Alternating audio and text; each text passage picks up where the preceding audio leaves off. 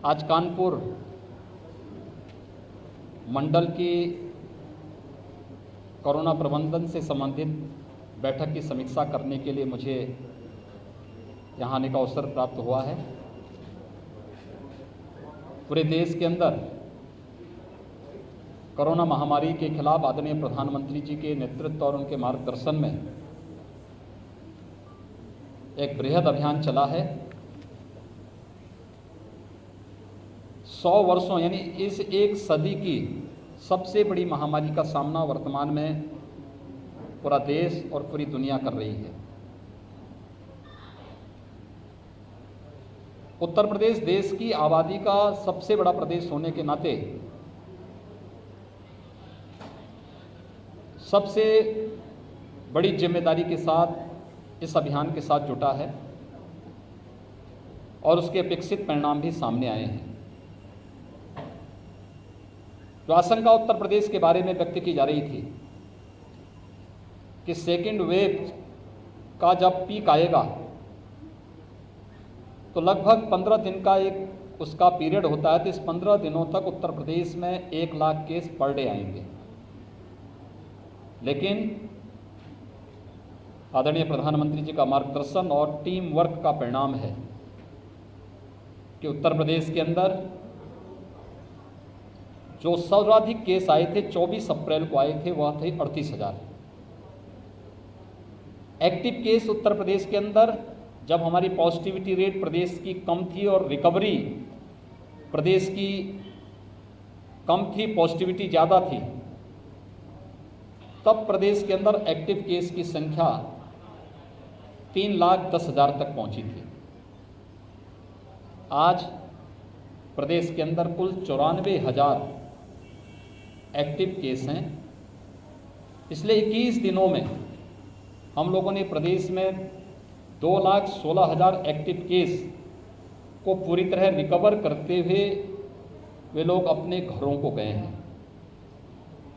प्रदेश की अगर पॉजिटिविटी अगर आप देखेंगे तो यह लगभग 2.4 के आसपास है और रिकवरी 93% से अधिक है।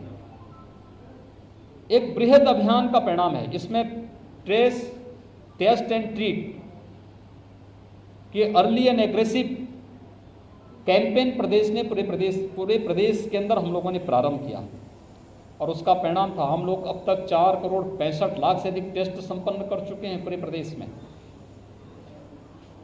प्रदेश के अंदर निगरानी समिति गांव-गांव जाकर के स्क्रीनिंग का कार्य कर रही है। आरआरटी की टीम 24 घंटे के अंदर उनका टेस्ट कर रही है। पहले ही चरण में मेडिसिन किट का वितरण का कार्य भी संपन्न किया जा रहा है और उसका परिणाम आज सामने आया है। जो आशंकाएं थीं उन सभी आशंकाओं को एक बार फिर से उत्तर प्रदेश ने निर्मूल साबित किया है। फर्स्ट वेव की तुलना में सेकेंड वेव में ऑक्सीजन और कुछ अन्य जीवन रक्षक दवाओं की भी तमाम चैलेंज हम सबके सामने आई थी। लेकिन हम धन्यवाद देंगे भारत सरकार को कि भारत सरकार ने हमें रेल उपलब्ध कराई और हमने ऑक्सीजन एक्सप्रेस के माध्यम से ऑक्सीजन की आपूर्ति हर एक सिटी के अंदर करवाई। एयरफोर्स के विमानों के माध्यम से ऑक्सीजन की आपूर्ति करने में सहयोग लिया। ऑक्सीजन आज हमारे पास प्रचुर मात्रा में है, लेकिन भविष्य की संभावनाओं को ध्यान में रख करके फ्यूचर में कभी ऐसी स्थिति ना आने पाए कि हमें ट्रेन से या प्लेन से ऑक्सीजन मंगवानी पड़े। हर जनपद को ऑक्सीजन आपूर्ति के लिए आत्मनिर्भर बनाने की दिशा में एक प्रयास प्रारंभ हुआ और कानपुर मंडल में 30 ऑक्सीजन प्लांट वर्तमान में हम लोग लगाने जा रहे हैं। मेडिकल कॉलेजेस में, डिस्ट्रिक्ट हॉस्पिटल में, सीएससीज में। इसमें हमारे माननीय सांसद, माननीय विधायकों ने भी योगदान किया है और वे लोग निरंतर इस पूरे अभियान में टीम का हिस्सा बनकर के इस कार्यक्रम में जनता जनार्दन की सेवा करने के लिए पूरी समर्पित भाव के साथ कार्य कर रहे हैं। जब पीक पे सेकेंड वेव थी, कुछ लोगों ने उस समय मजबूरी का फायदा उठाने का प्रयास किया और खासतौर पर कुछ जीवन रक्षक दवाओं का कालाबाजारी करने का प्रयास किया। इस मामले में सरकार ने सख्ती की। कुछ लोगों पर हम लोगों ने उनके गिरफ्तारी करने के साथ साथ एनएसए की कार्रवाई भी उन पर की गई है। आगे भी कोई भी कालाबाजारी होगा, जो किसी का शोषण करेगा, उसके खिलाफ इतनी सख्ती के साथ सरकार निपटेगी और उस पर बहुत सख्ती करेगी। आवश्यकता पड़ेगी तो ऐसे तत्वों की संपत्तियों को जब्त करने की कार्रवाई भी सरकार करेगी। हमारी कोरोना के खिलाफ इस लड़ाई को मजबूती से आगे बढ़ाने के लिए हम लोगों ने जहां वैक्सीनेशन के कार्यक्रम को भी तेजी किया है, पूरे प्रदेश के अंदर अब तक 1,62,00,000 से अधिक लोगों को हम वैक्सीन उपलब्ध करवा चुके हैं। और आज तो इस वैक्सीन का प्रभाव किस रूप में है, याद करिए, जब 16 जनवरी को भारत के अंदर 2 स्वदेशी वैक्सीन को आदरणीय प्रधानमंत्री जी ने लॉन्च किया था और देश के अंदर सुरक्षा कवच के लिए इस वैक्सीन को हर नागरिक के लिए आह्वान किया था। पहले चरण में हेल्थ वर्कर को, दूसरे चरण में कोरोना वॉरियर्स को, तीसरे चरण में 60 साल से ऊपर के लोगों को, चौथे चरण में 45 वर्ष से ऊपर की आयु को, अगले चरण में 18 वर्ष से अधिक की आयु के लोगों के लिए वैक्सीन उपलब्ध कराने की बात की। तो आपने देखा होगा बहुत सारे लोग उस समय वैक्सीन का विरोध करते थे, इसको बीजेपी का वैक्सीन बताते थे, उस समय इसको मोदी जी का वैक्सीन बताते थे। ये वैक्सीन हर नागरिक को निःशुल्क केंद्र और प्रदेश सरकार उपलब्ध करा रही है। कोरोना महामारी से बचाव के लिए उसको एक सुरक्षा कवच प्रदान कर रही है। लेकिन आज वही लोग कह रहे हैं ये वैक्सीन निःशुल्क मिलना चाहिए, क्योंकि ये वैक्सीन तो पहले से ही निःशुल्क दिया जा रहा है। लेकिन उस समय विरोध करते थे, हम वैक्सीन नहीं लगाएंगे की बात करते थे, लेकिन आज वही लोग वकालत कर रहे हैं। ये बदलाव स्वर इन लोगों के दोहरे चरित्र को इस रूप में आप देख सकते हैं। वैक्सीनेशन का कार्यक्रम युद्ध स्तर पर आगे चल रहा है। हम लोगों ने ग्रामीण क्षेत्र में भी जो कॉमन सर्विस सेंटर है या शहरी क्षेत्र में कॉमन सर्विस सेंटर हैं, दिव्यांगजन या फिर जो भी ऐसे ज़रूरतमंद हैं, गांव का मजदूर है, किसान है, महिलाएं हैं, उनको गांव के बाहर न जाना पड़े। हमारा प्रयास है कि सेकेंड वेव को हम 30 मई तक नियंत्रित करने में काफ़ी हद तक सफल हो जाएंगे। इसके बाद जून में हम लोग वैक्सीनेशन की स्पीड को बढ़ाने वाले हैं और फोकस करने वाले हैं उन क्षेत्रों में जो लोग महत्वपूर्ण केंद्रों पर, बड़े बड़े सेंटर में नहीं आ सकते। वहाँ पर उनके लिए हमारे जनप्रतिनिधियों के सहयोग से वहाँ पर वेटिंग एरिया, ऑब्जर्वेशन एरिया बना करके और वहाँ पर उनको वहीं गांव के पास ही उनको वैक्सीन देने की कार्रवाई को भी बृहद पैमाने पर आगे बढ़ाने की कार्रवाई की जा रही है। भारत सरकार हमें इस मामले में पर्याप्त सहयोग कर रही है, भरपूर वैक्सीन उपलब्ध करवा रही है। ब्लैक फंगस की एक नई समस्या हमारे सामने आई है। हमने आज ही कानपुर को भी इसका एक सेंटर बनाने के लिए कहा है कि कानपुर को पर्याप्त मात्रा में दवा मिले। यहाँ के जनप्रतिनिधियों ने ये बात अभी मीटिंग में रखी थी, मैंने इसके लिए एक आदेश किया है। दूसरा, कानपुर का नगर निगम का एक बच्चों का हॉस्पिटल पिछले कई वर्षों से बंद हो गया था।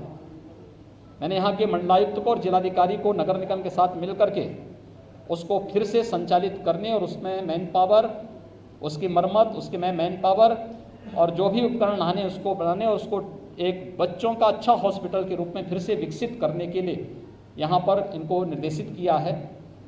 हमारा प्रयास है कि हम सेकेंड वेव का मुकाबला करते करते थर्ड वेव की भी तैयारी कर सकें। हर मेडिकल कॉलेज को पीडियाट्रिक आईसीयू के 100 बेड्स की तैयारी अभी से करने के लिए वहाँ पे लगभग 100 बेड मेडिकल कॉलेजेस में नीको के होने चाहिए, ऑक्सीजन युक्त होने चाहिए। इसकी तैयारी हर मेडिकल कॉलेज करे। 25 से 30 बेड पीकू के पीडियाट्रिक आईसीयू के निर्माण के लिए हर डिस्ट्रिक्ट हॉस्पिटल से कहा गया है और कुछ ग्रामीण क्षेत्र में सीएससी को भी इसकी तैयारी के लिए अभी से अपनी प्लानिंग आगे बढ़ा करके अगले 15 दिनों के अंदर परिणाम प्रशासन उपलब्ध करवाएं। जून में हमारा प्रयास है, जैसे हम लोगों ने 1 मई के बाद फेज वाइज 18 वर्ष से ऊपर के लोगों को वैक्सीन देने की कार्रवाई आगे बढ़ाई, तो हम लोगों ने ये भी व्यवस्था की कि इसी चरण में हम लोगों ने न्यायपालिका और मीडिया को भी प्रदेश के अंदर वैक्सीन देने की कार्रवाई प्रारंभ की। खासतौर पर इस समय 2 सेंटर में ये कार्रवाई प्रारंभ हुई है, एक लखनऊ और नोएडा में मीडिया के लिए और लखनऊ और प्रयागराज में जुडिशरी के लिए। लेकिन हर एक जनपद में हम इस कार्यक्रम को आगे बढ़ा सकें। जहाँ पे हमारी डिस्ट्रिक्ट कोर्ट है वहाँ पे न्यायिक अधिकारियों को और उनके परिवार के सदस्यों को भी वैक्सीन उपलब्ध कराया जा सके, इसके लिए हर एक जनपद में स्पेस चिन्हित करना, वेटिंग और ऑब्जर्वेशन के एरिया को चिन्हित करते हुए इस कार्रवाई को आगे बढ़ाना, और ऐसे ही मीडिया के लिए भी हर जनपद में एक अलग से सेंटर बनाने, जहाँ पे अगर प्रेस क्लब है, प्रेस क्लब में स्पेस होगा तो प्रेस क्लब में, नहीं तो किसी एक ऐसे सेंटर में जहाँ पर हमें स्पेस मिल सके, वेटिंग और ऑब्जर्वेशन का एरिया मिल सके, वहाँ पर इस कार्रवाई को भी आगे बढ़ाने की कार्रवाई को युद्ध स्तर पर राज्य सरकार आगे बढ़ाने जा रही है, जिससे हम कोरोना के खिलाफ इस अभियान को मजबूती के साथ विजयी की मुद्रा में देश को एक बार फिर से ले जा सकें।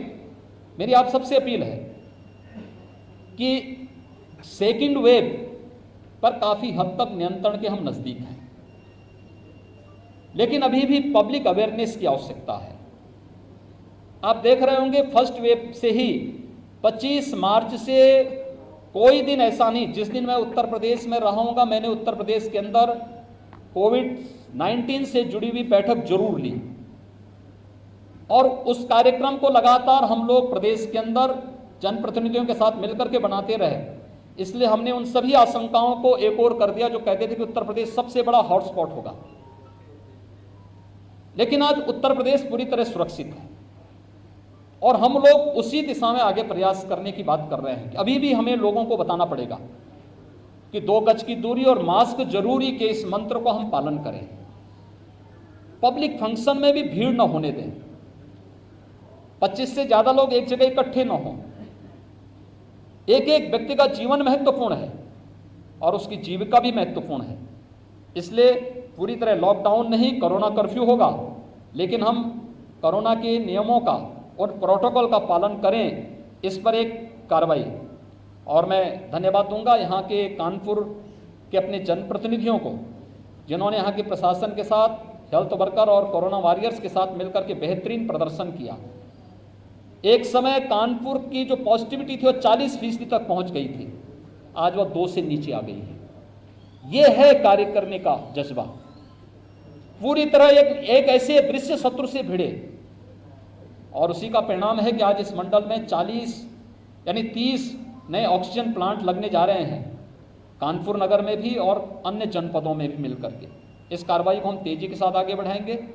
हम लोगों में जागरूकता पैदा करके एक सकारात्मक माहौल पैदा कर सकेंगे। इस विश्वास के साथ कोरोना के खिलाफ देश की इस लड़ाई में हम सब मिलकर के कार्य कर सकेंगे। आप सबको बहुत बहुत धन्यवाद।